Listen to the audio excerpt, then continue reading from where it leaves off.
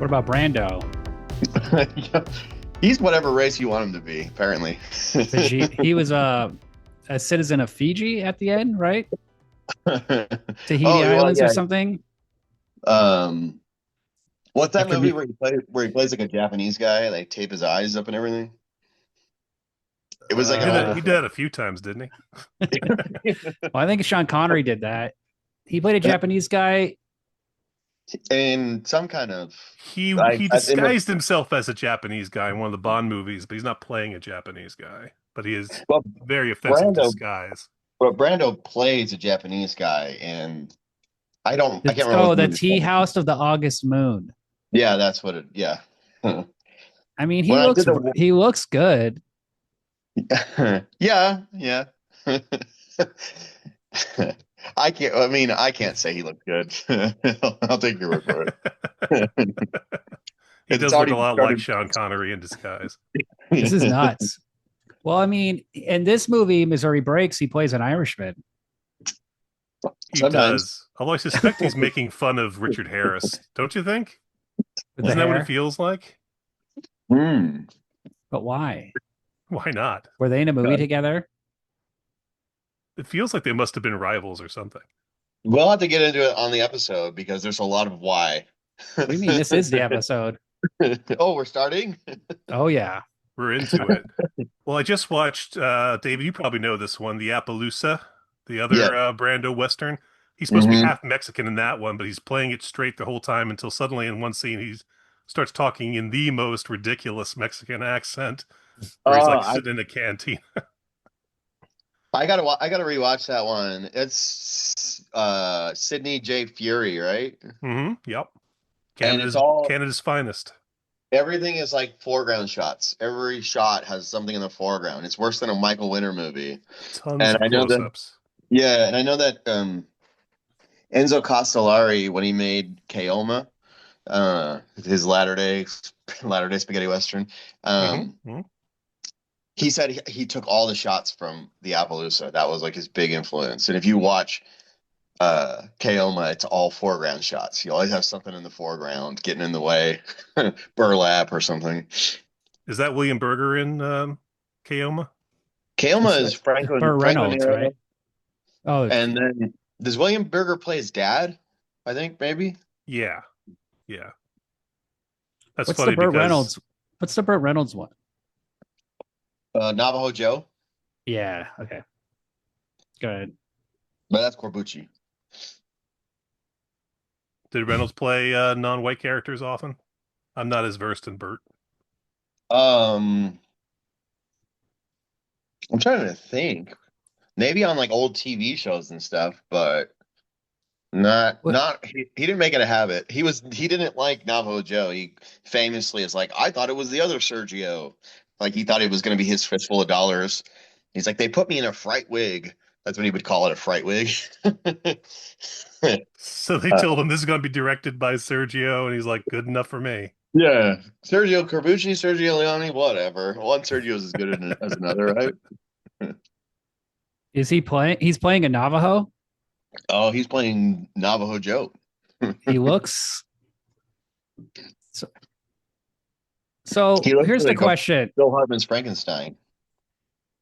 You know, like the Searchers, we have a white guy playing Scar. Yeah, it's his birthday Sure. today, actually, I think. Has I this didn't ever post been? about it. Has anyone ever done this well in a Uh, Western? Play another oh, race like that?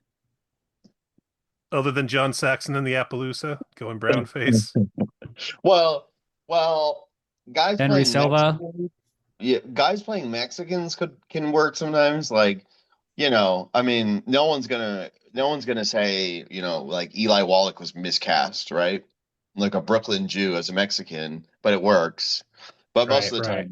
most of the time, no, not really.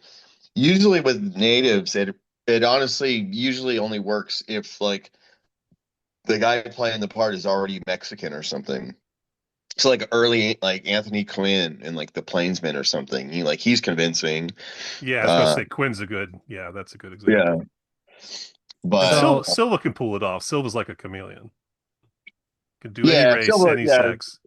Yeah, he was basically whatever race. Yeah, we need him, but we need an indeterminate race. Let's get Silva.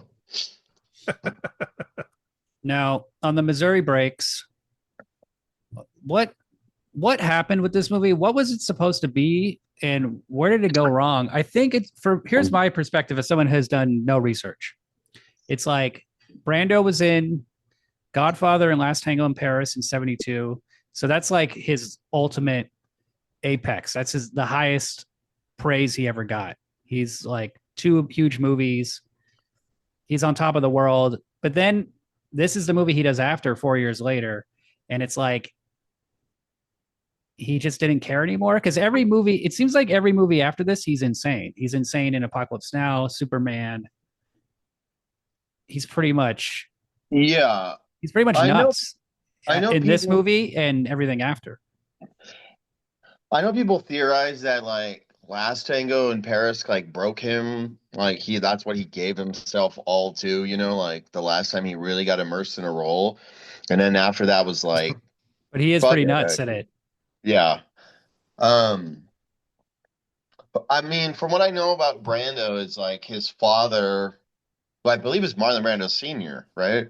Um, never respected acting, always denigrated him. And there's like a interview, a television interview from like the 50s where it's Marlon Brando and his father, and they're like, "Are you proud of your son? What he's accomplished?" And he's like, "Well, not as an actor."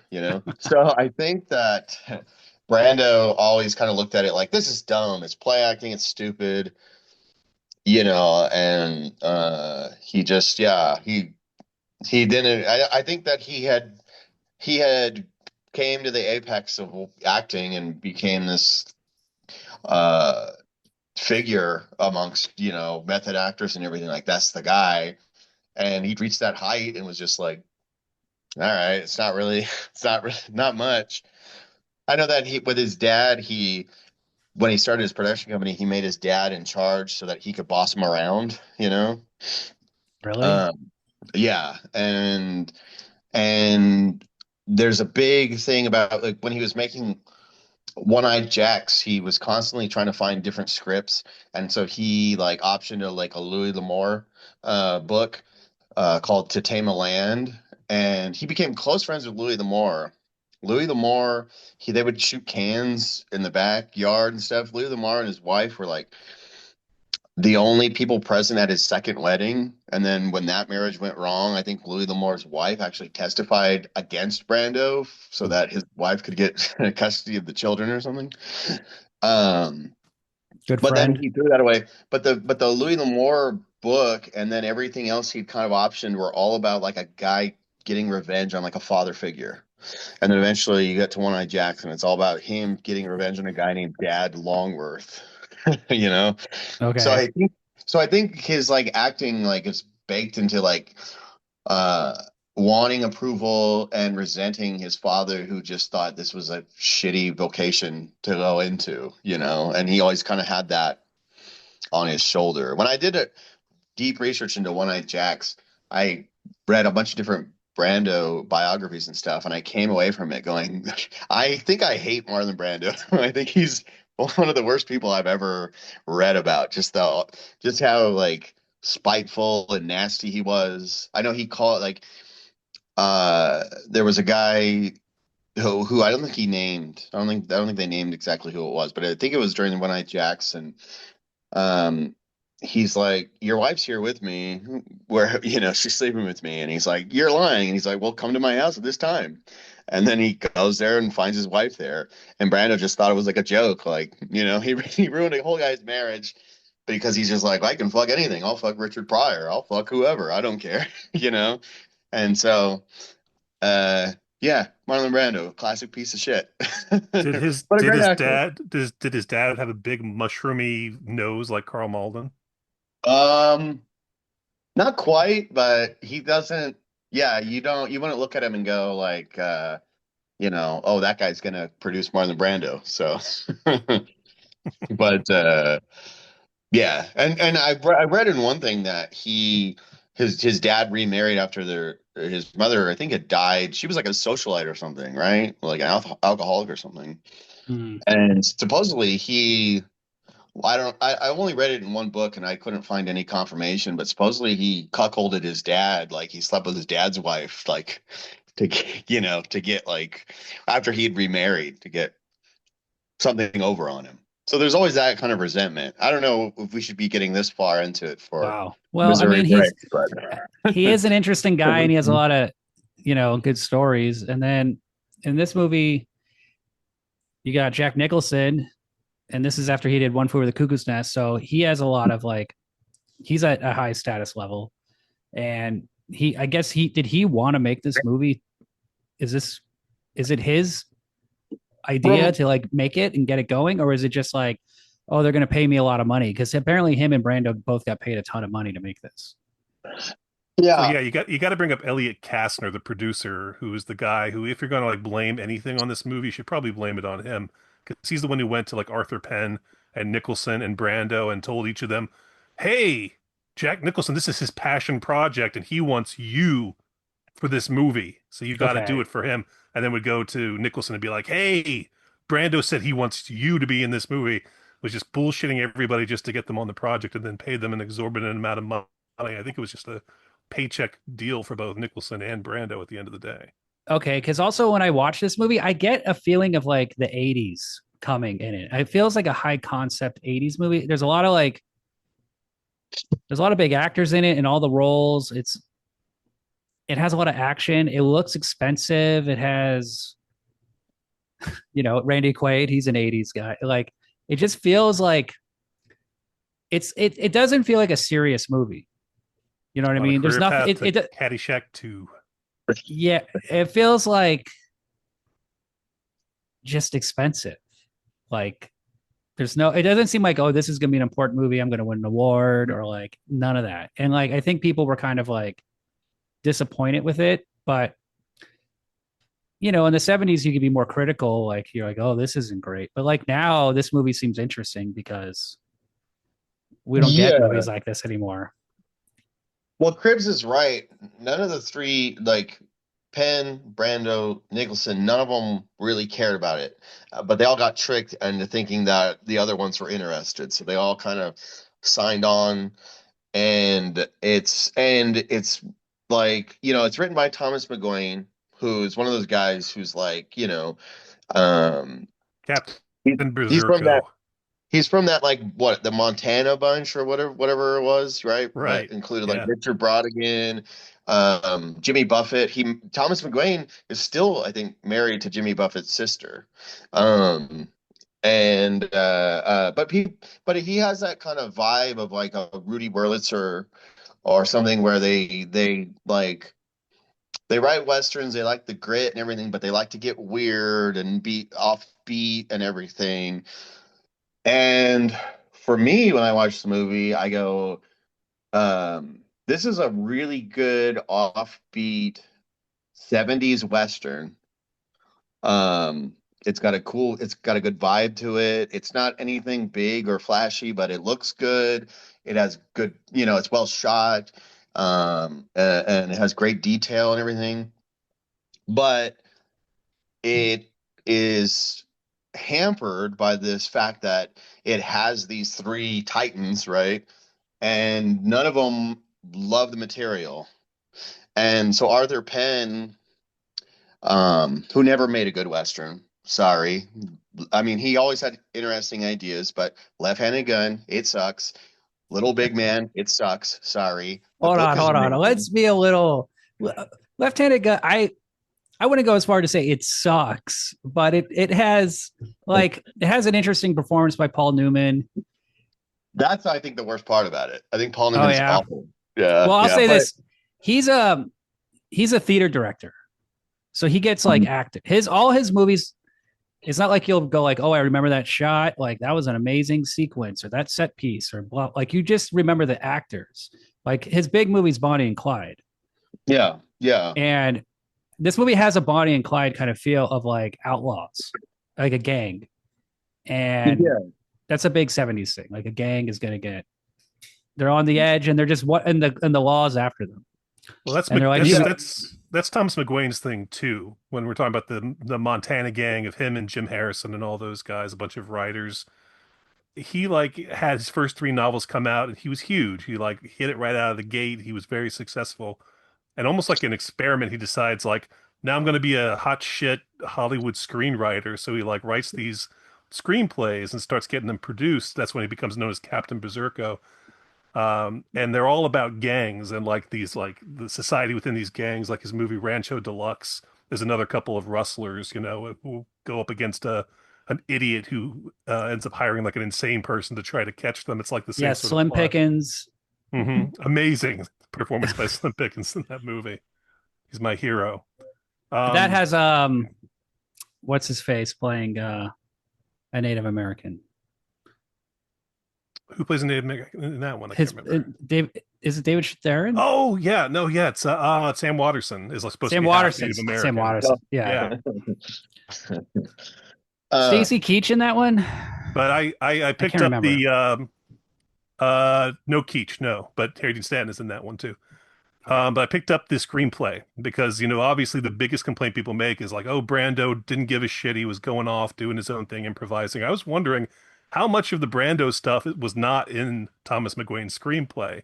And it turns out there's not a ton. I mean, he doesn't feed Randy Quaid a grub while he's sleeping in the screenplay, but a lot of the dialogue sticks pretty close to what he wrote. So other than the fact that the performance is a little odd and he's doing the accent and, you know, wearing a bonnet, it's, you know, it's not super off of what McGuane wanted him to do, as far as I can tell in the script. What about the Yeah. bathtub? The big bubble Well, bath. I also That tub's in own there. that. I also own that screenplay, but I couldn't find it to read it again. But I remember years ago coming to the same conclusion. Like it's not as like yeah, it's not as like wild or improvised. But I also don't know because once it's like like from what my understanding is that he wrote one draft and then he was working on another film, and then Arthur Penn started encouraging the actors to improvise, and it was working good. And if you talk to Arthur Penn, like, well, if you talk to him, if you've read interviews, he talks about like uh if you want a coherent narrative, that's not it. It's so like you can tell he was like so excited to have these two big actors and to have scenes with them and stuff. And um the way Brando tells it is that the producers had not like totally worked out his contract or something when they started filming. They were supposed to work it out, and they kept putting it off and putting it off and putting it off. And he's like, I know the trick. They want you to film so much, and then once it gets to a certain point and they have enough footage, they go, there's not enough in the budget to pay what we thought, you know. So Brando says he started purposely screwing things up, um, just to let him know. And then Arthur Penn is like, I don't know what's going wrong. He's screwing the movie up. I don't get it. It But sounds like he had even weirder shit that he was doing that didn't make it into the film. In the intro to this book, the guy interviewing him was like, I was talking to Brando, asking him questions, and he's like, oh, hold on, I just got to go film this scene. And he like dives into the river and is like peeking his head up and down out of the water he's like a crocodile. And he like grabs like a live fish and bites it in half. And everyone's just like, what the fuck is he doing? but yeah, I also heard that he wanted to have a bunch of like dogs, and he wanted to get devoured by dogs in the end or something. And he also was like, That makes sense. he went to the producer and said, I got some changes to the script. No, he actually went to Penn and Jack Nicholson. They were both there supposedly, and he said, I got just a couple changes to the script I want to do. And then the change to the script was that Jack Nicholson's character needed to be a Native American. Because everyone's like, no, we're not doing that. Sorry, Brando. That Um, that makes sense to me because in the other movie he made with Arthur Penn, The Chase, I spent that entire movie thinking like, why the fuck did Brando want to do this movie? It's incredibly dull and weird movie. And then at yeah. the end he gets the shit kicked out of him by like three guys. I was like, that's why. Brando like wants to play roles where he's like getting eaten by dogs and having the shit kicked out of him by a bunch of guys. Like that's just like his bread. That's what he loves. Yeah. So so I think what happened is, like I said, like you said, they all got kind of tricked into it, and I don't think any of the three loved the material and So there's no was one really steering. There's no one steering the ship. It's just three guys playing a Ouija, pushing it. kind of, yeah. And McGuane's off, and so it's only his first draft, and so I don't think any of them like truly loved the material and was like, let's make this come to life. It's a handsome production. It looks good. Patricia Norris costumes, nice production design, and everything. Um, but yeah, it feels like they're all kind of, even for them, it should be a low key Western, like that you're just watching, because the stuff that doesn't have Brando, when it's Harry Dean Stanton and Frederick Forrest and Jack Nicholson and the other dude whose name I can't remember. John And Ryan. then, yeah, and then Randy Quaid. That stuff, like, as the kids say, it's vibes. It's all vibe. Like, it's like it's enjoyable. You're watching it, and it feels like it should be going in that direction. And then Brando comes in, and this last time I watched it, he wasn't as terrible, I think, as I usually kind of look at him in the movie. But it's just because he's such a presence and he's putting his Irish accent on and doing all this business and everything. And the character is supposed to be an eccentric.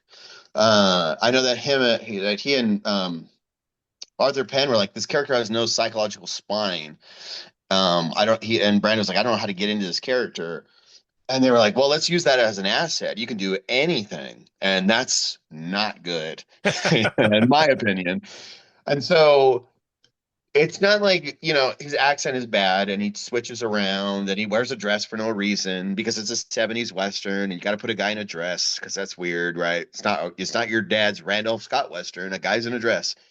But it is like you're in the world. It pulls you in. The world seems well realized outside, like the script, the dialogue, and how it looks and everything. And then you're just watching Marlon Brando, and he's wearing the dumbest outfit, and he's doing stupid shit, Hold and on. he's I got have a question, Dave. Is that outfit he wears in the beginning with the fringe, the white leather fringe, is that a realistic coat for the time and era? I would say no, no. They He they wore looks like fringe. he looks like a Dallas Cowboys cheerleader or something. Like Yeah, I would see the cover of this movie.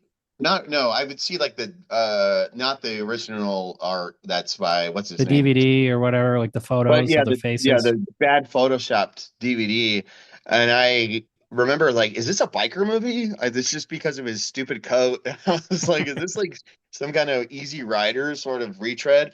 But no, I wouldn't say that it's accurate. Most of the other costumes are not like accurate, but they are a good approximation.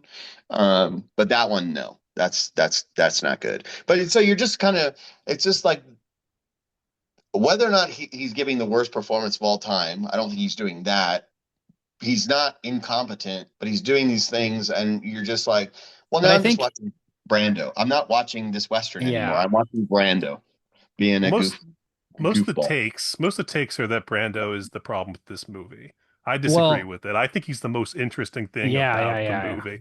There are definitely problems with this film. David, I know you've mentioned before the John Williams score is not very good. I agree, and I don't think it's appropriate for the film.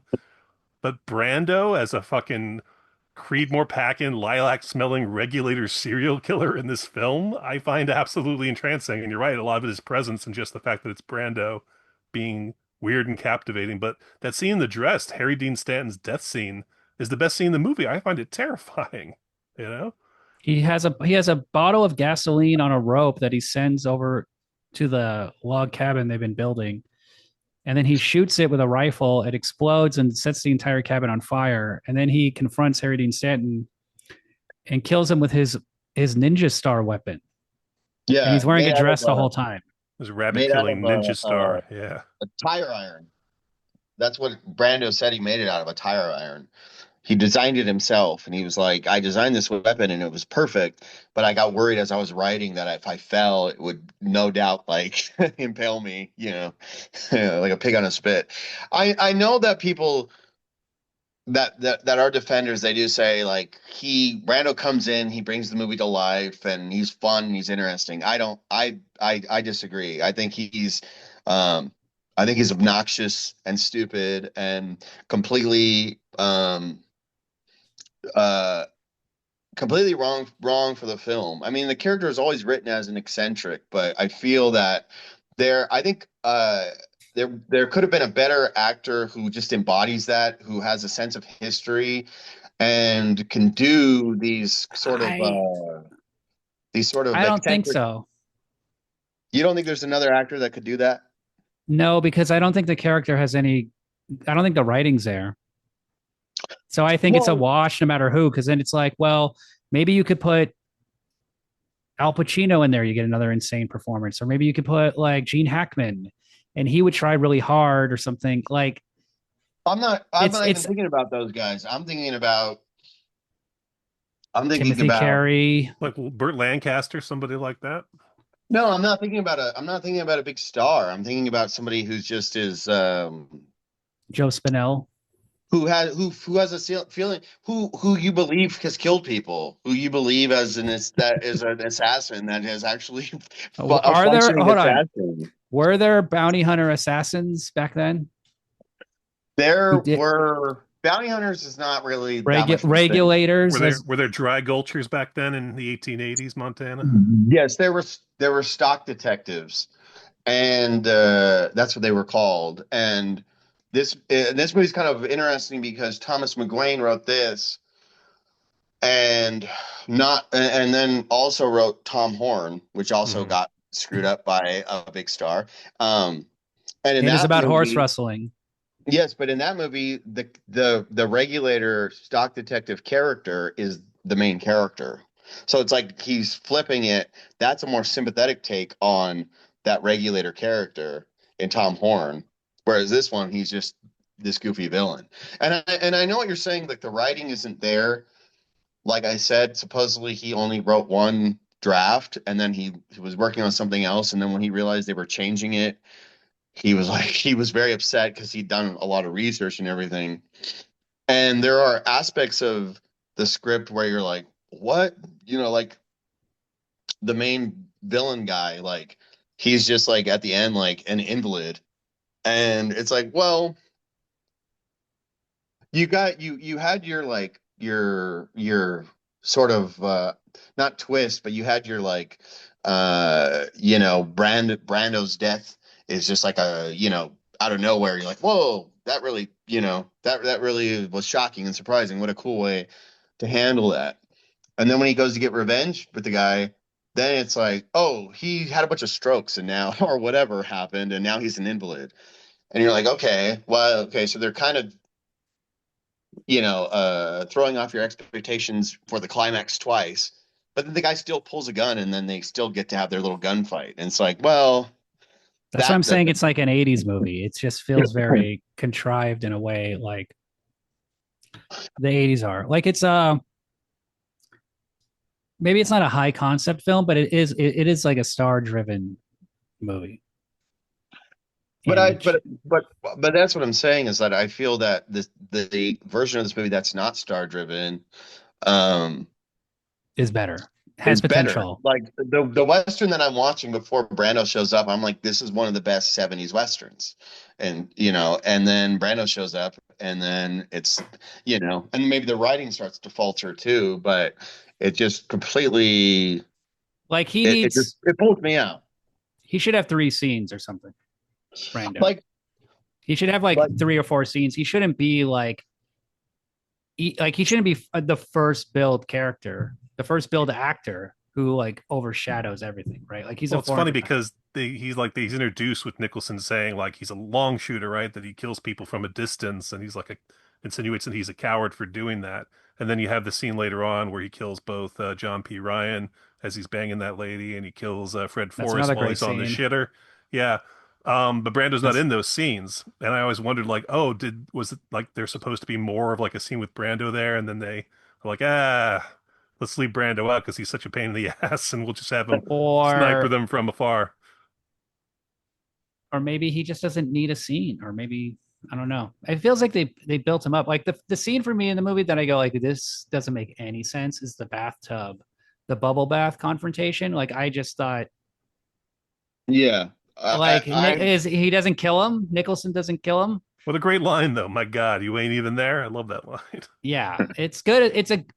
They make it work, but it's like I was just I rewatched this again right before the record with my friend who'd never seen it. And I was once again like you're saying, that scene, those types of scenes are always so frustrating.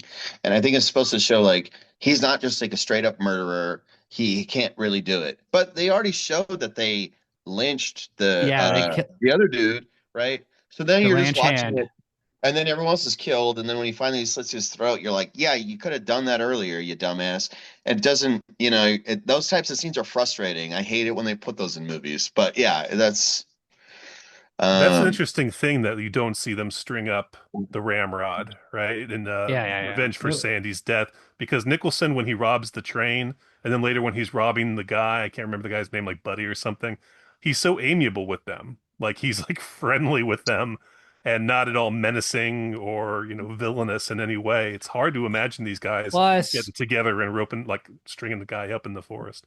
if you kill that guy, it's a definite message to the ranch owner Braxton that he's next, and they move next to him.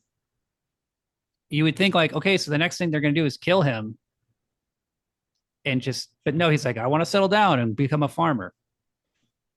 yeah. It's That's like, Yeah. I love that. I love that I, aspect of it. I love that Nicholson doesn't want to get left behind on the ranch, which is essentially the front, right, for their operation, their criminal operation. Supposed to be a relay between the breaks and the Montana farm. But then because he gets left behind while everyone goes out to try to rustle the Mounties horses, their saddle stock, he actually becomes good at farming and like cares about the land. Has that great exchange when Harry Dean Stanton comes back and is like, "What the fuck are you doing? Who cares whether the scale blighter boars eat up this goddamn ranch?" And he says, "I just prefer they don't ruin the orchard." Like he's like forgotten like what he's there to do. It reminds me of like something I think about all the time, which is in the movie Under Siege, the Steven Seagal film, where Tommy Lee Jones and everybody sneaks on the battleship by pretending to be a band that's there to play in the celebration. I just like to think about like the guys who are like, "Hey, we got to practice, Yeah. guys. Yeah. We got to get good if we're gonna like do this." I I'm doing the tambourine. Yeah, exactly. Like I know you guys got to figure out like munitions and like the submarine and explosives. We gotta get back on the microphone though, guys, if we're gonna make this work. Yeah, we got to learn this George Thorogood. Come on. Exactly. The but one guy also who's like a it's criminal, but like he like gets too invested in the front. also though it's like they kind of made it. They got the ranch, right? They spent the train robbery money. They bought the ranch or the farm. What are they doing? Like their plan is really thoughtless. And then it's, there is, I do like how Jack Nicholson is like trepidatious about getting with the Braxton's daughter. Like he knows this is not good. Well, I think the love story is definitely the subplot is the weakest part of the movie. Although, did you notice, Will? It's Kathleen Lloyd, Fred Forrest, and John P. Ryan's the fucking cast of It Lives Again in this movie. I never realized that before. It's I the still haven't three leads watched from that that, movie. but I know John Ryan's in It Lives. Yeah, and he That's comes how they back in the sequel. advertised it, right? Like a reunion of Missouri Breaks, right? Yeah, that's what it said on the poster. Everyone was excited finally. um, When are these guys getting back together again? Mike, you've been quiet. Was there something about this movie you're curious about, wondering about?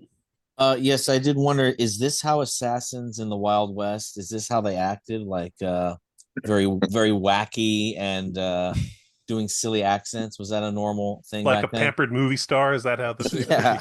Yeah. Because I thought that was a really yes, funny take. yes, all of them were like that. Yes.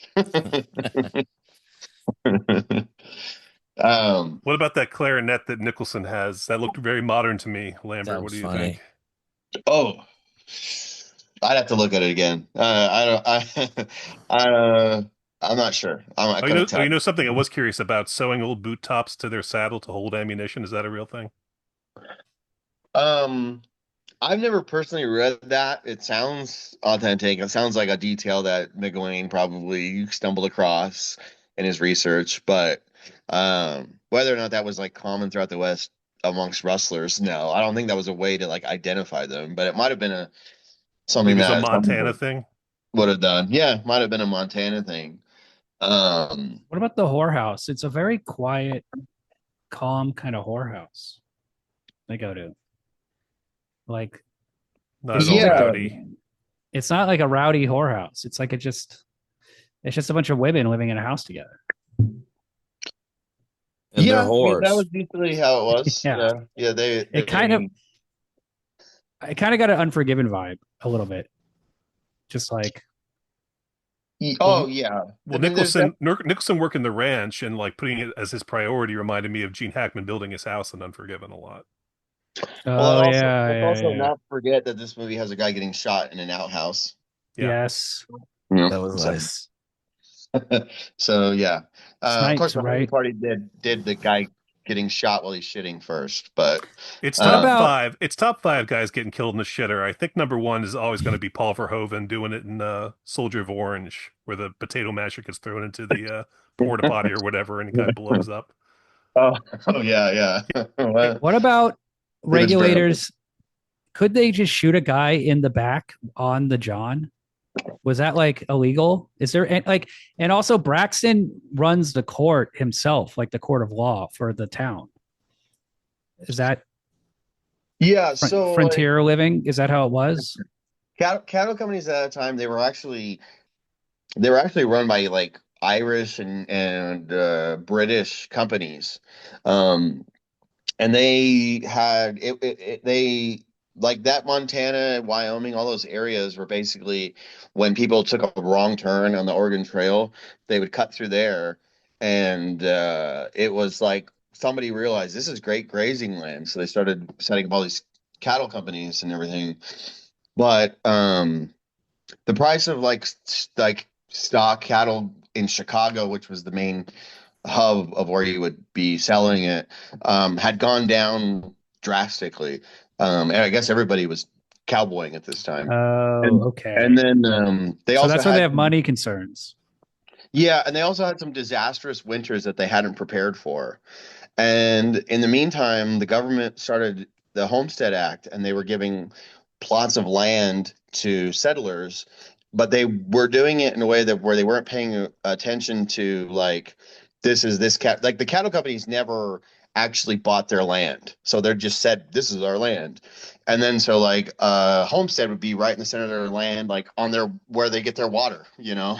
And so so that was an issue, but it was also just one of those things like it was their own malfeasance and just the market, but they decided to put all their ire on rustlers, and that was it was accepted that you would that's Maverick comes from this cattle baron who was named Maverick, and he just kind of let his cattle run free, and if you rustled one, that's a Maverick, and it was fine.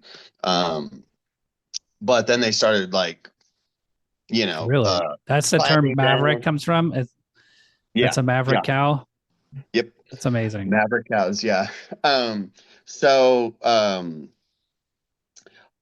so then they started uh Branding. basically just murdering people for their land.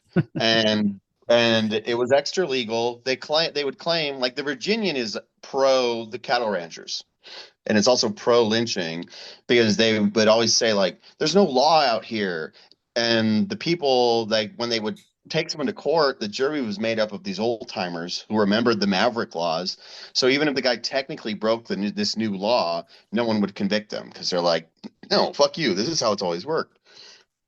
So they were like, we got to take the law into our own hands. But what they would do is, for example, like Ella Watson, who's the character in Heaven's Gate, um, they were like, she's accepting stolen cattle for sexual favors, which is there's no actual evidence of that, but it was like they're thieves, they're whores, and that went over better with the rest of the country as opposed to just indiscriminate murder. Like they're thieves, okay, they broke the law. Um, Oh yeah, because that and would they be That seems like that would be like upsetting to people in like New York or whatever, or Boston. They're like they're killing like people are just getting killed out west. It would be upsetting, but that's why they use their ignorance against them because they're like, there's no law out here. We have to do it. You don't understand. But in actuality, like they, with the Johnson County War, for example, they brought in a bunch of assassins from Texas and had a death list like they show in Heaven's Gate, and they went around killing people, and they actually tried to kill like a sheriff of a neighboring county and take over. So they were the ones that were actually trying to kill the law at the time and acting like everything's lawless, but they're the ones that were actually doing all the murder.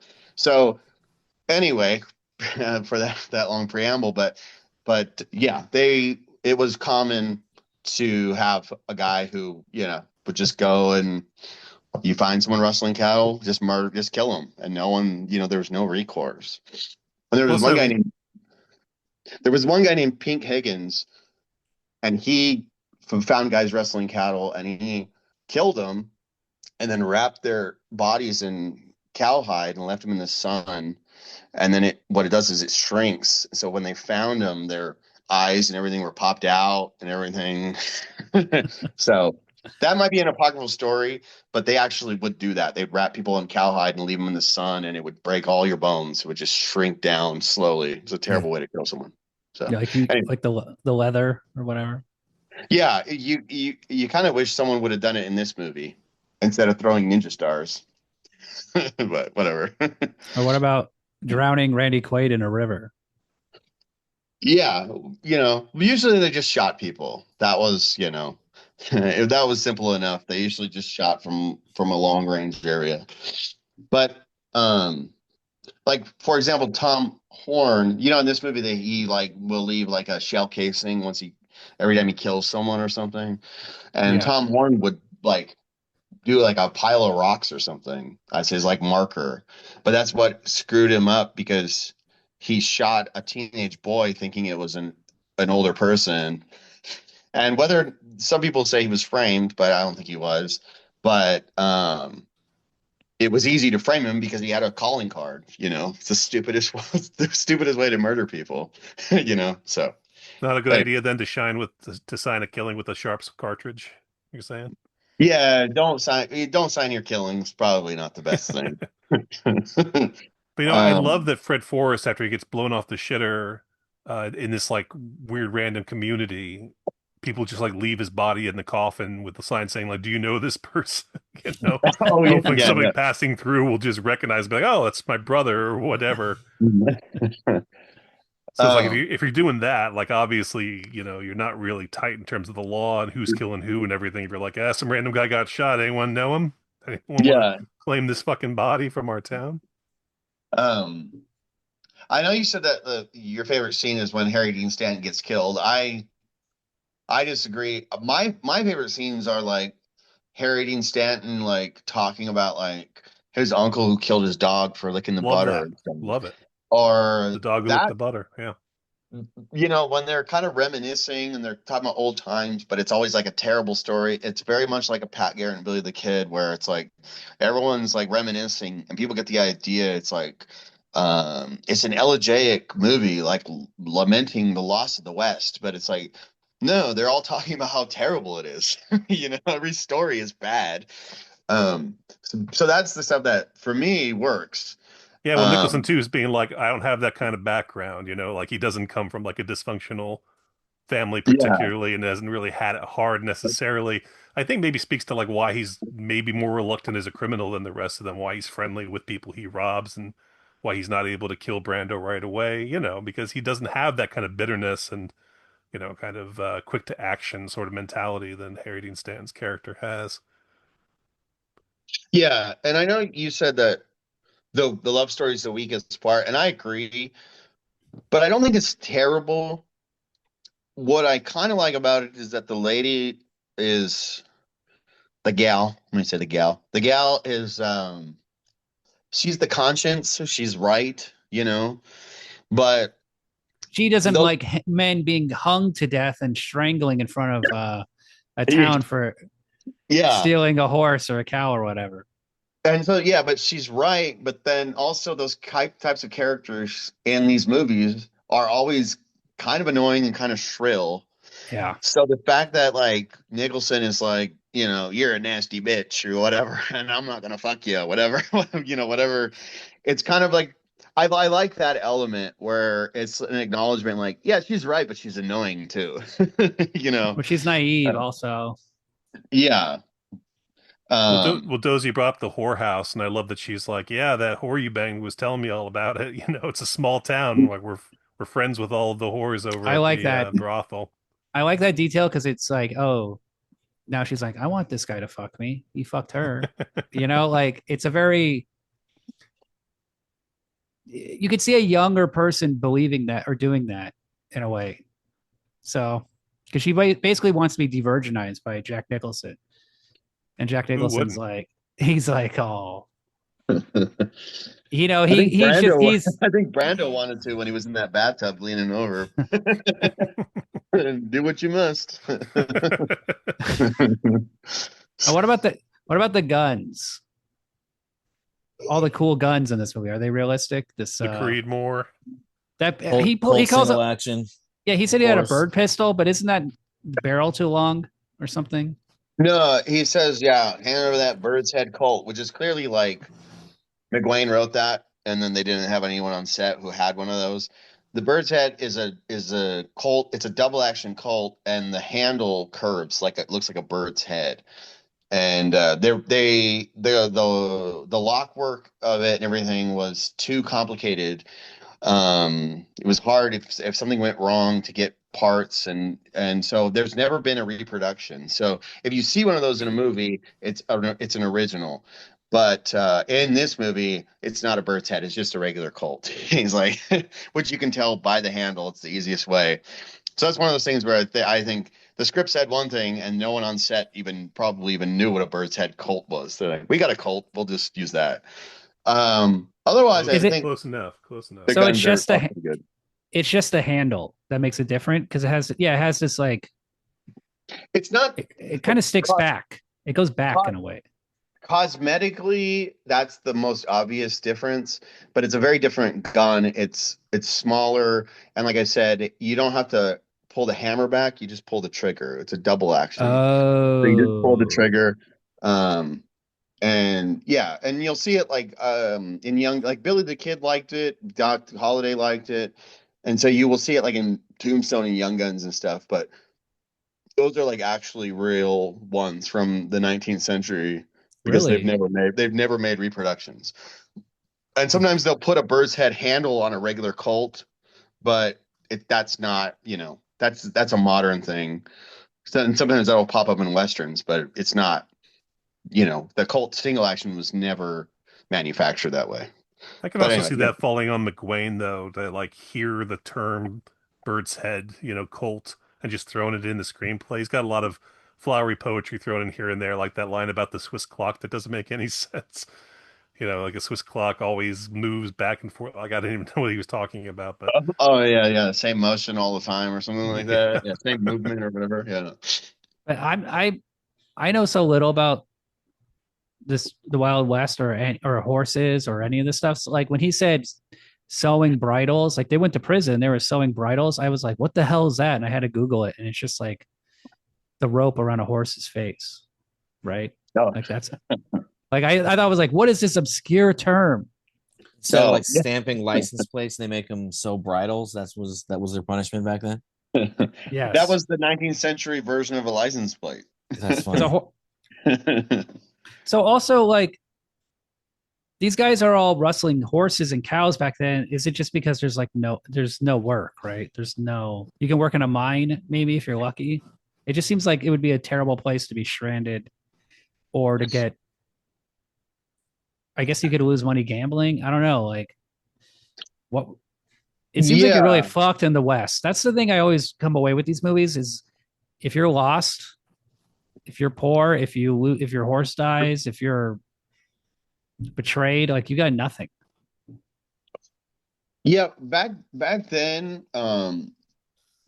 like before the cattle companies started, really cracking down on Mavericks and all that stuff, and they like a cowboy would be allowed to kind of build up his own like small spread on his property made out of Mavericks, and he could breed them and everything, and he could make kind of a good like living. But once they started cracking down, they would not hire any cowboys who had like a spread. You could like if you had cows and you were trying to, build it up, you could not be hired as a So cowboy. they wanted to monopolize the It was, business. yeah, absolutely monopolized. And And there's no and laws, there's no regulation, there's no courts, there's yeah, nothing. and like I said, it's like you have the government giving people land, and then you have these huge monopolies that are like, no, you can't give these people land, and then there's a conflict there because those people are in their legal rights, but they're getting parcels of land that are cutting off water or other things that are important to these cattle companies. Classic And And first dibs rules. I mean, they had first dibs on that land. What are you gonna do? well, yeah. Well, I don't know if they had first dibs. I think they kicked out the people that had first dibs. Uh, But the other thing is they would often, they try to spin it as, and you hear it like in Shane the Villain and stuff, like this is like our bootstraps. We carved this territory out. This is the American dream. But like I said, all these cow companies were backed by European interests. Yeah. So it's like hmm. an Irish company that has a monopoly on American land and are essentially getting people to hire killers to kick out people that the government gave land to, not even kick them out, but just straight up murder them. So, Irishmen like Robert Lee Clayton. yeah, Robert E. Lee Clayton, yeah. who the sometimes Irishman, sometimes he's British, sometimes he's Southern, sometimes he's Chinese. I don't know. He wears a Chinese hat and sometimes. Oh yeah, yeah, yeah. I kept wondering like where does he keep all his outfits? Yeah, yeah. And he makes sure he never wears the same outfit twice or whatever. Or like when he kills someone, he needs a disguise. But it's like, We're talking about you a know, guy who put an ice bucket on his head in the island of Dr. Moreau. yeah. And also, well, with that dead body's in the coffin full of ice. He grabs them and pulls them out and shakes them in front of everybody. Oh, yeah. And they're Yeah. like, well, they're not that disturbed. They're disturbed, but they're not like, he's like, I'm going to keep hiring this guy. He seems cool. Yeah, everybody's irritated with him immediately after meeting him. That's why I think, the argument that like, oh, he's annoying. I hate Brando, and it's like, well, the character's supposed to be annoying and Yeah, off-putting. yeah. Everybody feels that way. There's a way. I think there's a way to give the audience like this is an annoying character without being without annoying the audience. But I'm also like I know where you guys are coming from in the sense that I don't think that I think it the problems do lie with the script, Yeah. and I feel that had it not gathered all these luminaries to be in it and everything and quote unquote elevate it. I think like it had a couple rewrites and things. So like on one level, like, yeah, I hate Brando's performance, but I also understand that like he is playing the character and he is trying to bring to it something, and that is baked into the script. That is from McGuane. Um, Well, and, I and mean, and that's what the problem is that McGuane leaves it open to allow someone like Brando to come in. And I think if it had been written differently, you don't need him to be that much of an eccentric. I personally don't well, need him to come in and but liven the movie. I liked it already. there's another thing too, which is if the movie didn't cost so much, it wouldn't have mattered. If the movie was low budget and had these interesting characters and performances, then it could have made its money back, right? It would have been like, oh wow, that was like a weird, quirky movie. But it's because it's only I think the expectations are just so high because it's Marlon Brando and Jack Nicholson. You're like, oh, this is going to be something really good. They've been working on this for a long time. Like everybody is expecting something big, and it's like it's just like an excuse to have fun, or just to act weird, or just It's funny that the movie, failed and then did not become known as like a notorious flop. It just got forgotten so quickly. Did you guys see the M. Night Shyamalan movie Old? yeah. That's why I Where watch it. yeah, the character who's going through like dementia or Alzheimer's starts saying, "What was that movie that with Jack Nicholson and Marlon Brando?" And I guess M. Night's father going through that had like actually said that to him, and he's like, "You got to stop asking me about this Marlon Brando Jack Nicholson movie. Or I'm going to put it in my film." And I feel like when I was a kid, I would go to the video store and I would always see that Going South VHS, the Jack Nicholson Oh, Western. Mhm. And yeah. like that, I haven't watched that movie, but that's supposed to be like really bad, right? Like that's I don't supposed to. remember anything about it. I've seen it, and I can't remember a goddamn thing. It is funny that he and Brando both had their own Western that they directed and starred in, kind of on opposite ends of this movie. Yeah, I don't think it's very good. I don't think it's like the worst thing ever. It's weird. I believe Mary Steenburgen is in it, and like he has her like tied to a bed or something. Like he's, like that whole 70s sort of thing, like, you know, they want it. You got to give it to them. Like these ladies, you just got to give it Every to them. 70s movie has a rape scene. That's like the thing. So Like romantic. Billy Jack. Yeah, and it's And 50 this 50 whether they like it. You're always and this movie's PG rated. This is a PG film, Missouri Oh, yeah. Breaks. With Yeah. the throat cutting and well, I guess you don't see that, but like the tire iron in the eye and the ass getting One guy Frederick says the Forrest's F word. ass. Yeah. Hair, It's white pretty ass. Coital death. Yeah. there Um, is a uh, good scene. There is one really good scene with Brando and Nicholson though, where he kind of taunts him with the gun and he's shooting his plants, his cabbages. And he's like, mhm. there's one more bullet in that. And Nicholson's like, I don't think so. And shoots down and clicks down. Yeah. That's great. And that must have come out of improvising too, because that's not in the screenplay where he shoots and says, "I don't think there's one more bullet," and then Yeah. sure enough, there And Penn is. he's like, talks you're about smart. Farmers aren't smart, but they're good at farming and you're not a good farmer. And it's like, it's a Arthur good, Penn talks about that scene like I'm just gonna let them work, like how amazing it was to watch these two actors work and just let them do what they want to do. And that is a great scene. Um, but like I, Arthur Penn, in terms of the reason I have issues with his westerns is like he's always trying to do something new, and like like the Left-Handed Gun different. has a ton of good ideas in it. I don't think any of them are well executed, but it has a lot of interesting ideas. And Little Big Man, I think, totally ruins an amazing book, one of the best westerns. So I've got that against it. And I never thought it worked. And I But think that you saying you like the Missouri breaks up to Brando though, right? You're invested in the story up to that point, and the I like long shots I, of the I'm gonna Montana, I honestly I like this grass. movie. I think this is Arthur Penn's best western. And as hard as I'm being on Brando and everything, I still like the movie. I still overall like it. There's still enough there. I don't know if it works, but there's still enough there that I appreciate in a way that I find like interesting and watchable in a way that I find like the left-handed gun very annoying. But the thing is like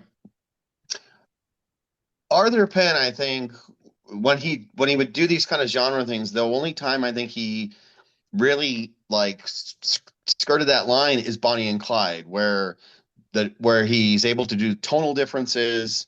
He's able to make you laugh and disturb you, and that's where everything works. And even like in that movie, like the music, that's like the first movie that has like bluegrass songs, which are like as anachronistic to that time as like rock and roll, but still it sounds old timey, right?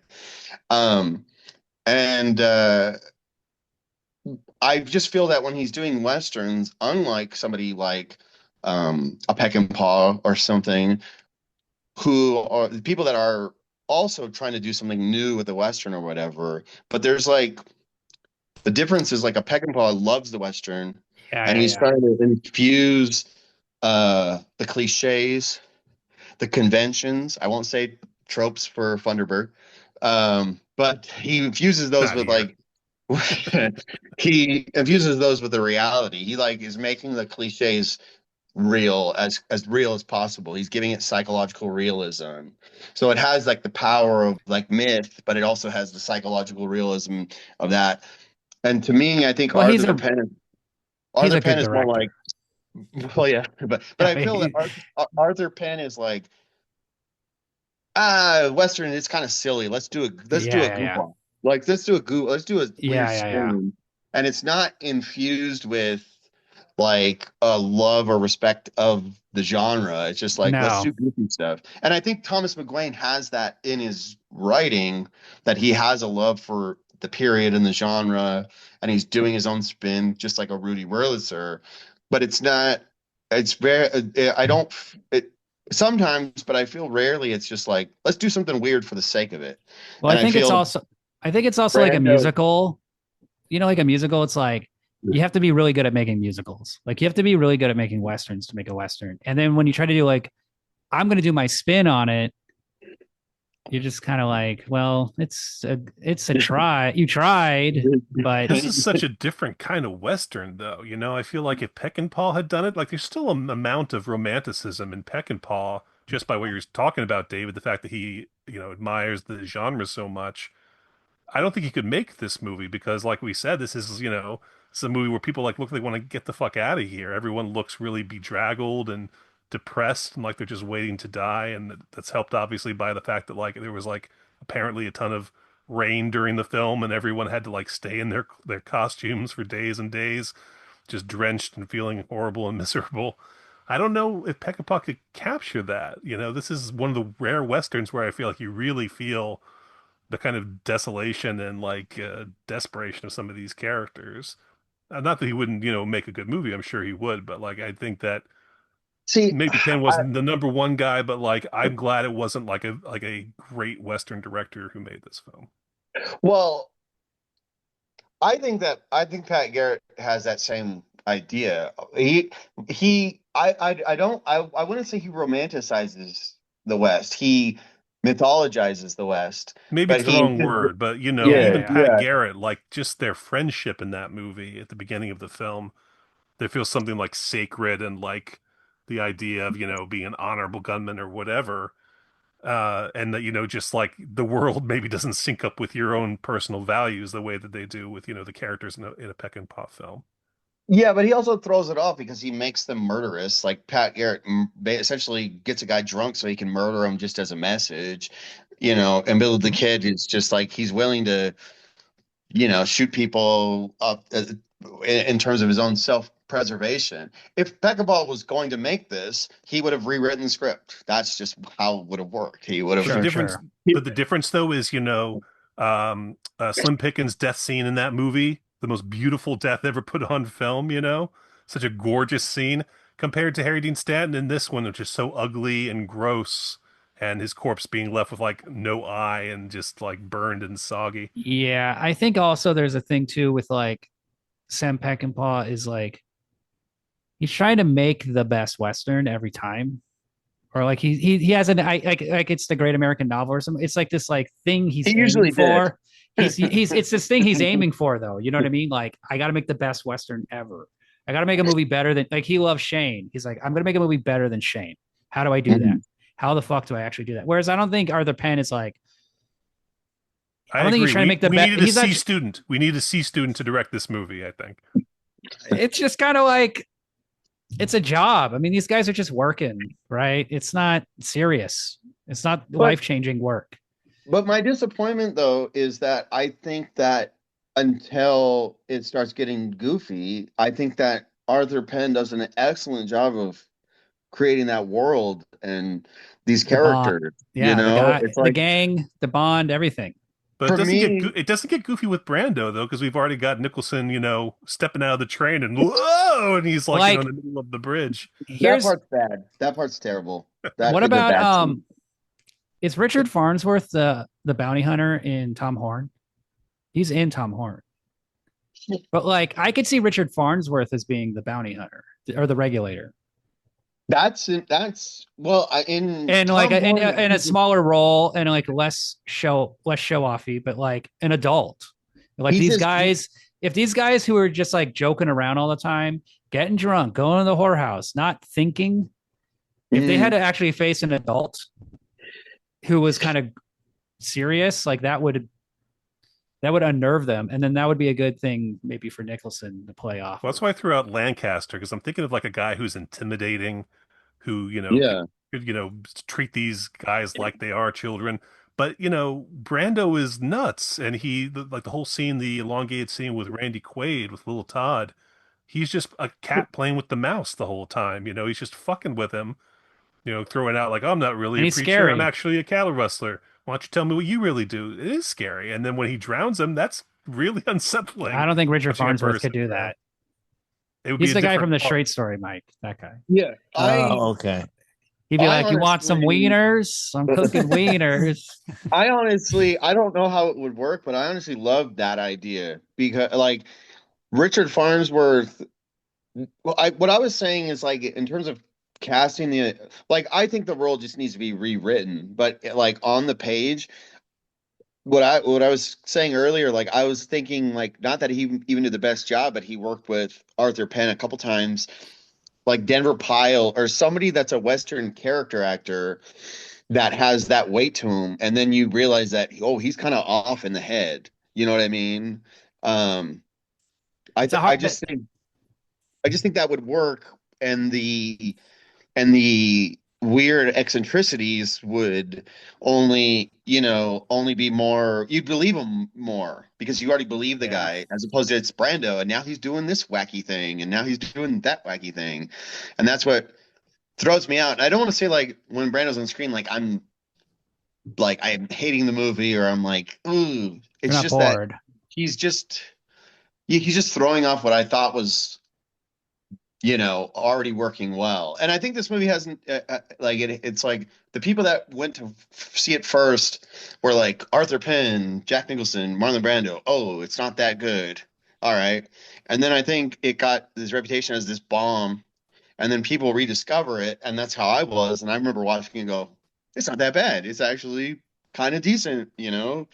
Um, and so I think oftentimes it's like you're either from one side like that's the worst thing, or it's not that bad and actually it's pretty good, and there's so many qualities about it that it's like its defenders, I feel, defend it too much.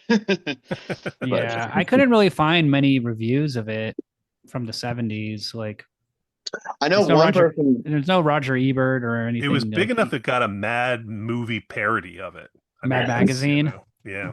I remember one of the reviews was like, Brando's 52 years old. He's got the body of a 62-year-old, and he acts like a 12-year-old. I remember that was one of the reviews, one of the contemporary reviews. um, I saw the movie But- with no baggage at all. I was like 13. I had just seen The Godfather and I wanted to see more Brando movies. And this was literally the only other Brando movie that my shitty video store had. And I was entranced, man. I thought I loved it. I was involved with it. I loved Brando in it. I loved every weird thing he was doing. So like I might be biased in just terms of like, hey, I grew up with this movie and like to me it doesn't seem like he's acting weird. It seems interesting. It's what really pulls me into the movie. But people He who see it also- now I can see being like, oh, I like it because it's bonkers. Plus, now we know he's insane. We know about Island of Dr. Moreau. We know about the briefcase Superman thing. Like, I want to be a briefcase. Like, we know about Apocalypse Now. The people were probably like, "What the hell is the guy from The Godfather doing?" Because he also did a funny voice in The Godfather, right? yeah. So maybe he thought, "Oh, I got to do a funny voice every time in all my movies. I got to be funny. I'm a comedy. I'm a comedian now." So Yeah, I just feel like he thought there was a blank slate, and it's a blank slate. I'll do whatever I want Plus- on it. Plus, he didn't want to do it, so he's I'll like, piss all "How do I over make it." it? how do I make it fun for me, right? So, but I did don't think Jack he's Nicholson? totally. I mean, you mentioned David that this is what McGuane how he wrote the character. The character had been Yeah. written differently. Maybe he would have played it differently. I mean, the title already is a fart joke, right? The Missouri Breaks. That's already sort of like what we got going into this movie. People getting shot while they're pooping, while they're fucking. It's like got like a body sense about it. And so I think that like the clown shenanigans, the clown fundamentals that Brando brings to it aren't necessarily something that he was trying to do just to throw everything off. I think it is what they had in mind. But also, like, we're not even talking about Jack Nicholson in a Jack Nicholson movie. Like, he's just pushed to the side, Well, and he has to be the straight man. He's just the guy. Like, I'm trying to. I'm a farmer now, man. Like, he's playing it I subtle love it. in I a way. love all that stuff. Yeah, I love yeah, that I he's think not trying to like ouch match with Brando's weirdness, and he's just playing the part as straight as can be. And Harry Dean yeah. Stanton's good as the. Imagine Nicholson in Departed versus Brando in this. It is a lot like the Depart. You're right. It is a lot like the Departed. It's a lot of Yeah. that. Like, he's just going to be Um, completely nuts. I don't think Brando was wrong to interpret the character this way. You know what I mean? I just don't think he was. I don't think the script was there, but I also don't think he's right. But I don't think Brando's good in any Western, and I love the one. I love One Eye Jacks, and I think it's well directed. I don't think he's good in it. He just doesn't fit Westerns. I don't think Brando can do what Westerns. about what Nicholson about can. what about Jack Palance from Shane? Just redo the character in this movie. I could see. I can see Pounds doing the Like that. See eccentric that? stuff. He could be a bit of a ham though too, so he might have brought him. But I would still. I believe Plays it him more. exactly the way he played Curly in City Slickers. Would he Or take a bubble Curly, the bath? mercenary. Could he take a bubble bath? Pounds could take a bubble bath. Oh yeah. Oh yeah. What about He John rarely did. Wayne? It's the 70s. Let's get John Wayne in a weird You imagine movie. John Wayne watching this movie? He had to have fucking hated it. That's what killed him, I think. It wasn't the cigarettes; it was the Missouri Breaks all along. Yeah, the cancer started growing again as he was watching it. We got to bring up my favorite character in the movie because we haven't even mentioned him yet. The lonesome kid. Oh What yeah. says, hey, what does he say? Hey, no, the lonesome kid, the guy in the courtroom. Yeah, the Yeah, guy yeah, yeah. who's trying to like take Where they credit for laugh all at. the wrestler's crimes because he wants to be notorious. Famous. He wants to be the lonesome kid, and everyone is just making fun of him the entire time. And even Braxton, who's set up as this guy who's like a hanging judge basically in his own community, is like, get this guy out of here. So that's the stuff that I love. It's just to me, I like the boring Western stuff. You know what I mean? That other I people love it. it needs to be Absolutely love livened it. up. That's what I want the whole thing to be, you know. I want more of the lonesome kid, you know. hmm Um, I love all that stuff. I don't think it's just good because of Brando, but I like the Brando stuff too. I I like it think all. I think I know what you mean, David. Like, in the first 30, 40 minutes, the stuff that's good is stuff that seems like, for me at least, like, oh, this is probably what the Wild West was really like. Probably it kind Mhm. of feels, oh, this is like, now we're seeing it a little deeper. We're not seeing the 50s movie version or the 60s, whatever. We're seeing like this could be pulled from like a news article or a short story or something historically accurate that's like interesting. Yeah. But then when Marlon Brando comes in, it's like, oh, this is, now we're watching a movie. We're just watching a movie, a wacky movie. Yeah, yeah. You're saying you don't ship Brando and his horse? That's good. There's fun stuff about what Brando does. I don't. This is from a I like different it, but it's movie. just like, oh, now I'm like, oh, this is what it was really like for bounty hunters and regulators. This is the real story. This is Yeah. they would just, he would ride on the side of his horse to make a big bold introduction. Yes, yes. What do you think about the score, William? Do you think it's terrible? Because I The think musical I, score. I almost think the score is as bad, if not worse, than Brando in terms of the tone of the It's movie. way too wistful. Yeah. Yeah, it Well, starts good. one thing I like about it, I like from this era, is there's not a lot of music. There's a lot of I like these 70s movies where they cut on like a dry line or whatever, and then you're just in the next scene and there's not like foreboding music. It's the score isn't trying to make me feel something. It's just kind of it's John Williams. It is unusual. It kind of sounds like Ennio Morricone in some parts. Like there's a weird like harpsichord kind of thing later on. But the opening music has like a doom. My friend was watching it with me today. It was like, this sounds like Assault on Precinct 13 or something. Like did he when it do starts. did he do what's that one with Paul Newman and Robert Redford, Butch Cassidy in Sundance Kid? Did he do No, that score? That's Burt Bacharach. It seems like it's trying to be that score.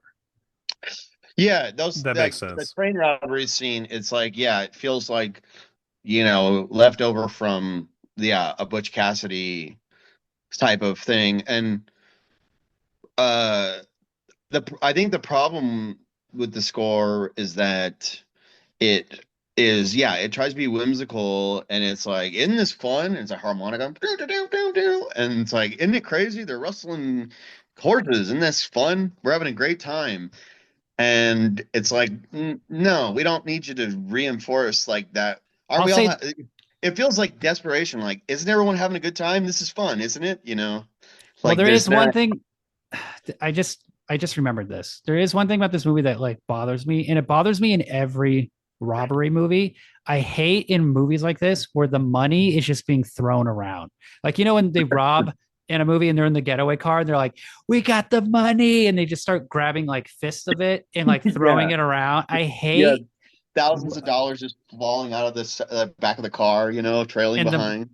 the money's in the river in this one. They're like falling in the river water and they're like laughing, like, ha ha ha, we got the money. It's like, why do they do this in every movie? It's like it's such an exaggerated. I just want to see a guy actually like Yeah. take the money and hold it and be paranoid Yeah, and be yeah, careful and be yeah. scared. It's a little like when like they're eating at a diner and then their food comes to them. They cut it up a little bit, maybe take one bite and then leave. It's like, you got a whole Denver omelet there, dude. Like, come on.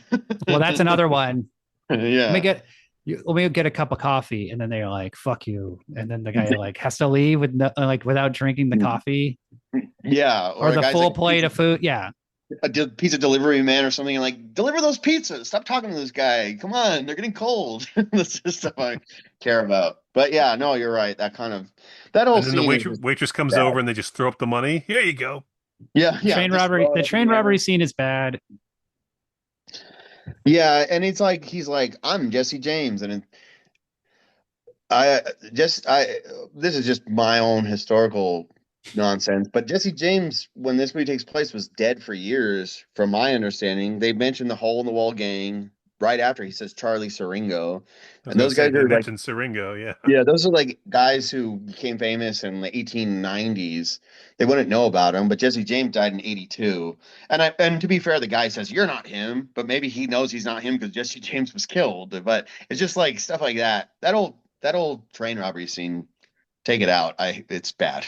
The music's bad. The whole it's not funny. It's I'm glad that's something we can all agree on. Yeah. yeah. So All right. Well, should we do ratings on this movie, or this not our doesn't feel right with you guys, huh? You're not a big ratings guy, John. Would you give this movie a rating out of 5? I would give it a rating of 5 clarinets. dang. Because you're a big So, fan of it, right? I'm a You're big like, fan. yeah. How do Yeah, you rank it in 70s westerns? How do you rank it? uh, um, well, again, I mean, Peck and Paw, is untouchable, right? I mean, his output then even was just incredible when you're talking about, with what he's doing a comedic with Cable Hogue, or what he's doing, more straightforward thing like Pat Garrett. or It's it, Convoy. it's so. I'm talking about westerns. It's it's such an outlier, though. It's such a completely different thing. Again, it feels like its own. It's hard to even compare it to anything else. I mean, It's a deep cut. I give it. yeah, It's like if you really like One Flew Over the Cuckoo's Nest, if you really like Nicholson or Brando. I mean, it's like for Brando fans because you have to like Brando. Yeah, if you like Brando, you He's should like this movie. But David, I think I am someone who is maybe more overly impressed with 70s westerns, like when we talked about brain fart Culpepper, cattle Culpepper Cattle Company. Culpeper cattle. Yeah, I loved it, and I love Mm. the Burt Lancaster Vietnam Law, western. Lawman. Ozana's Oh, Raid. Ozana's Raid. Yeah, Ozana's Raid. Yeah. movies like that, like I'm like blown away by. I don't know if it's just because it's like I can't believe they're still making westerns in the 70s, and doing them so differently than the classic westerns, but maybe I'm just somebody who can be like easily swayed by that kind of movie in general. So that might have something to do with the fact why I like this one so much. I'd say it's not as good as Monty Wash. I love Monty Walsh. It's great. It's kind of like what's that robbery one? Is it Philip Kaufman one? Oh yeah, Great Northfield. Great Northfield, Minnesota Raid. It's Love kind that of one. like that. It's like Does it's like an outlaw. It's like a Bonnie and Clyde, like dumb criminals. But that's the best part of it, right? Like the dumb criminals, and then you get a crazy Brando performance on top. the Yeah, great I love them like getting chased by the Mounties right away, thinking that they can get away with their their horses. That's a great scene too. Very who does the Northfield. music in the Great Northfield, Minnesota Raid? Is I that John Williams? have no idea. I don't think so, but let me check. Mike, what would you give this? You've never seen it before. I'm gonna give it a 3.25. I recognize that it was good. It was just a little bit slow for me. So for that I'd give it a 2.75. But then I'm gonna add a half a point for I really liked Marlon Brando. He was really, really good in this and funny Yeah, and and ridiculous. Just kind the of it hasn't. pumped it up a half point for me. And there's another thing too that's really good about it. It's just like they go to like a mining town. It's like it's just did they build this for the movie or like when they rob the Mounties and I see that town, I'm like, was that there? Are they You can building these sets? Are these building these towns? Everything looks super expensive. and epic. There's a Yeah. lot of locations. And it's cool to see like Randy Quaid just have a 5-10 minute scene with Marlon Brando. Like you would never expect, like you would never think that could happen. I'd like to think Quaid was really unconscious when he dropped the grub in his mouth. That just seems like a Brando prank in He general. reminded, and also he reminded me of his character from Kingpin. He just kind of had this like that childish, kind of sweet innocence. Yeah, for sure. So the Great Northfield, Minnesota Raid was scored by Dave Grusin, Oh, Dave who, Grusin. who, Okay. funnily enough, won an Oscar for the Milagro Beanfield War, which sounds like the Great Northfield, Minnesota Raid title. Yeah. That's another score that I feel I love the Northfield, Minnesota Raid. It's one of my favorite 70s westerns. But that's another one that I think the score is like that's Maybe maybe too why I was complaining too with this one. jaunty. It's too much harmonica. Aren't we having isn't this fun? Isn't it a great farce? And it's like I think it might work better. What Western score do you like? Which one do I like? I mean, there's a Of lot. the 70s. Of the 70s. Well, Pat Garrett. Pat Garrett, Billy the Kid, of course. What I'm trying to think. What other The version of Pat Garrett that you prefer, David, remind me, does it have the lyrics of Knock on Heaven's Door during the No. death scene or not? No. No lyrics. No. Okay. I don't think I think that pushes it too much. I don't think we need that in that scene. He's dying there. We don't need him to say, "Mom, I'll put my guns in the ground." Like we know, we see it happening. But yeah, I don't know. 70s westerns. I'm trying to think of the scores I'm trying to think of the ones that I like. Yeah, I don't know. I don't know. I have to come back to you with that. I would rate this like I'd say a 3 out of 5. Maybe a 2.75 if I'm cranky, but I'd say a 3 out of 5 because I like it and it ranks up there with I think 70s westerns. Like something like The Outlaw Josie Wales is better overall because it works as a story. Yeah. But Do you like that one Clint Eastwood movie where he's like from hell or whatever. What's it called? High Plains Drifter? No, I don't. It's fine. I find it very dull, and Serious. and Cribbs also knows that I hate that town just because he paints the town red doesn't mean you don't have to paint the town earlier. The whole thing looks like it was just like constructed from lumber from Home Depot. It's like, come on, Clint, don't be cheap. He's So cheap. That's the thing with that movie. It's cheap as hell looking. What about when he rapes that girl in the barn? Don't you think that's yeah, cool? no, I don't. Like, whoa, I this know guy's Peckerball gets a crazy. lot Hey, of. yo, she was really obnoxious though, Yeah, so it's okay. yeah, you know, He's crazy. yeah, he's a real bad dude. He's a ghost or something. Yeah, he's a ghost or something. It's okay. I don't hate it. It's fine. It's got fun stuff about it, but It's better it's one of than Pale Rider, right? yeah, that one I hate. It's better than Pale Um, Rider. Yeah. yeah, that's just bad. But um, You know what John Williams' 70s Western score that's actually fits it is the Cowboys, actually. That has a score that like okay, seems yeah. appropriate, right? I knew he'd done another one, and that's why I was like, was it the? Because I remember how bad the Northfield, Minnesota raid one was. That movie's But long. oh, the Cowboys or Northfield? Cowboys is long. That Yeah, it's a little too much, but it's good. It's good overall, I think. But I am uh, glad that uh, Penn ended up directing this and not Mark Rydell. yeah, yeah. are there any good 70s westerns that are undiscovered or like not talked about, like that you would rank really high? Hmm. Have we seen them all? Have I seen them all? Well, I Hmm. think Cole Culpepper, Just brief. Cattle good Company. He example of he froze. likes that much, right? Yeah, have you seen that one?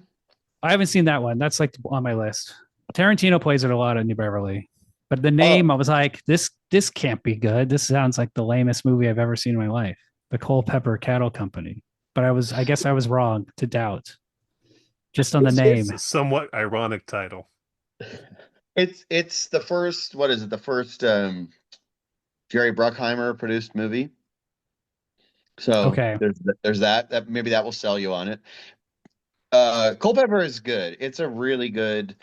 Um it's a really good movie. I just have issues with some of the storytelling, but it's got good details, a lot of great character actors. It's very entertaining.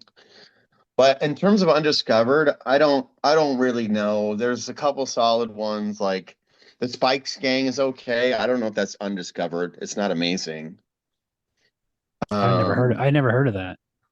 oh, it's Lee Marvin and Really, and Ron Howard. Ron Howard and Is this then good? Charles Martin Smith. I'm not gonna back it up. I haven't seen it in 20 years. It's decent. It's okay. It's It's no it's Monty solid. Wash. It's a solid. Yeah, it's not Monty Walsh, but it's all right.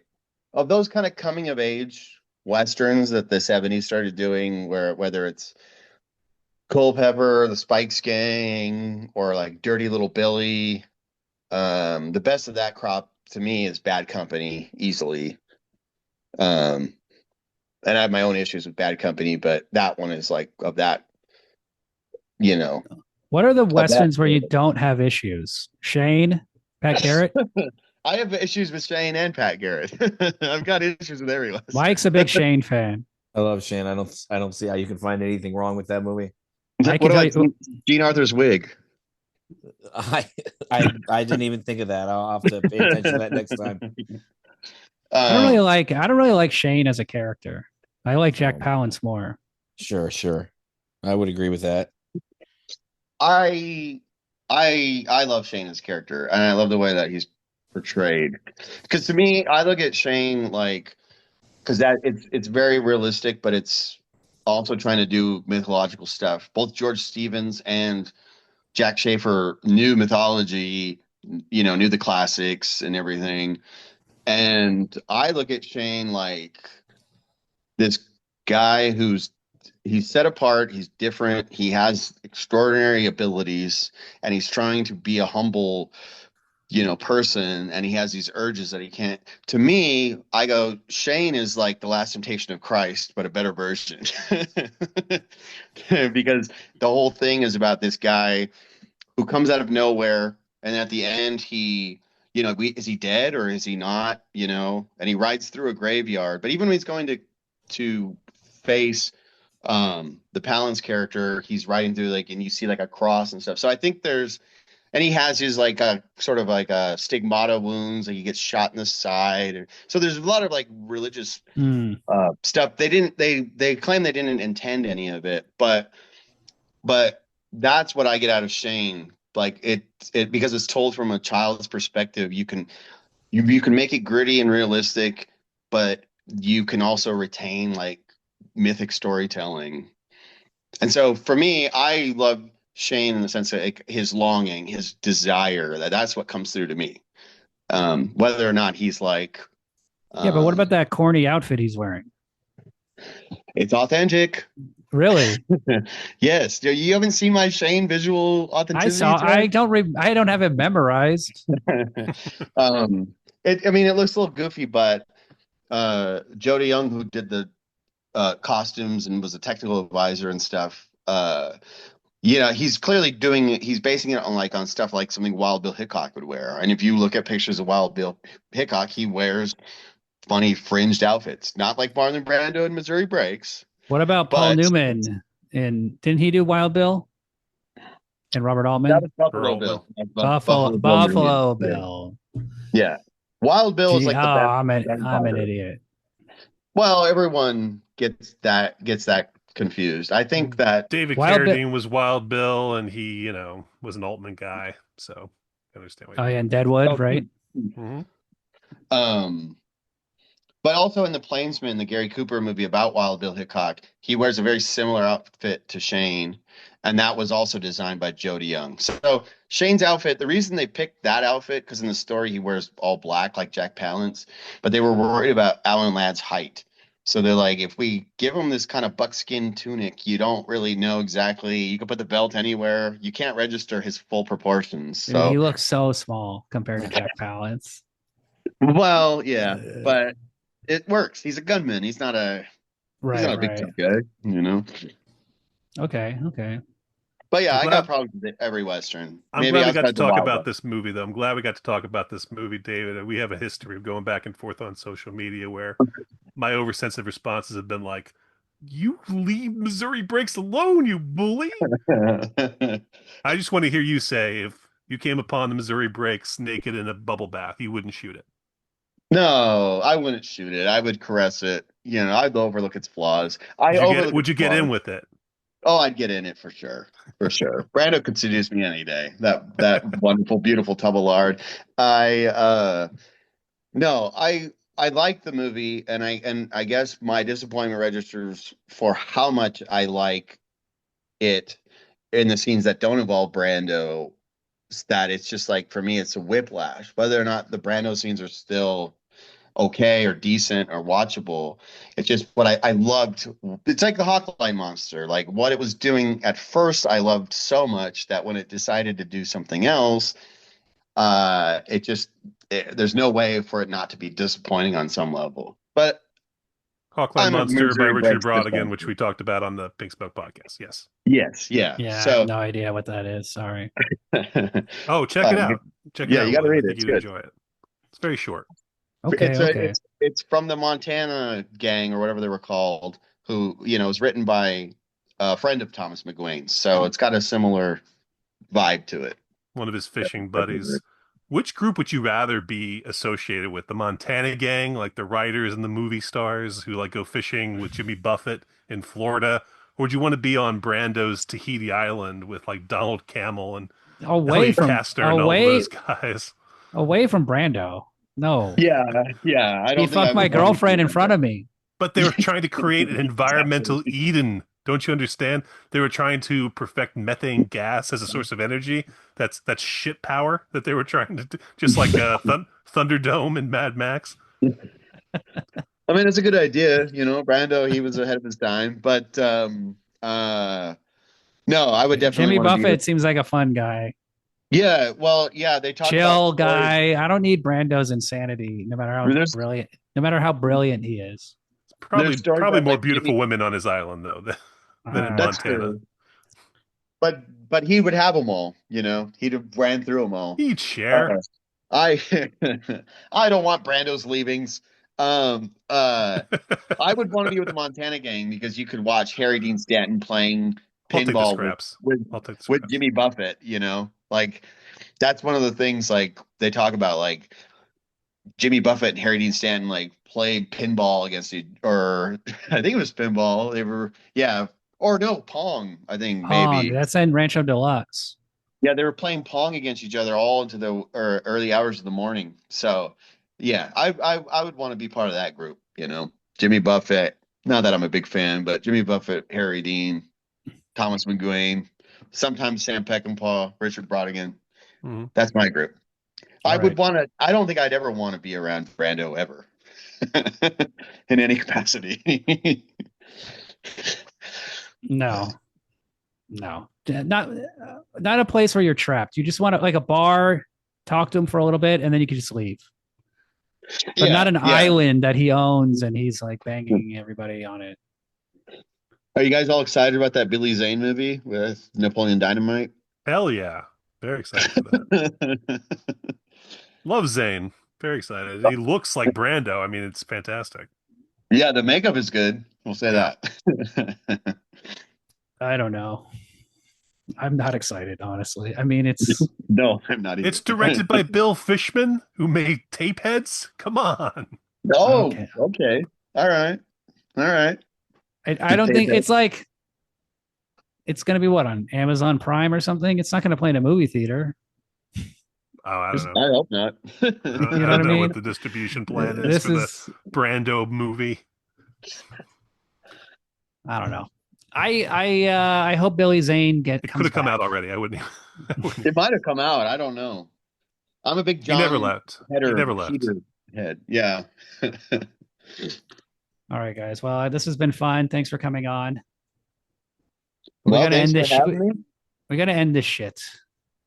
Oh. Hmm.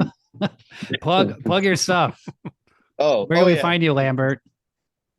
Gotta make the Missouri Uh, break here. yeah. Oh, yeah. David Lambert Art, Twitter, Blue Sky, if that's your orientation. Um, uh, Instagram, David Lambert Art. You can see my art on Instagram, Twitter, Blue Sky. I talk about westerns. I talk about Western history, how they relate to each other. I talk about westerns a lot. So if you like westerns, you might like my page. And then Mr. John Cribbs, where can we find you online? Oh, I don't know. You can follow David Lambert and the guy making obnoxious comments on his threads. That's me. Look through my follow list. You'll find him. There you go. All right, guys. Thanks a lot. Thank you. Take it easy. All Nice right, one, later. guys. Bye. Adios. Bye.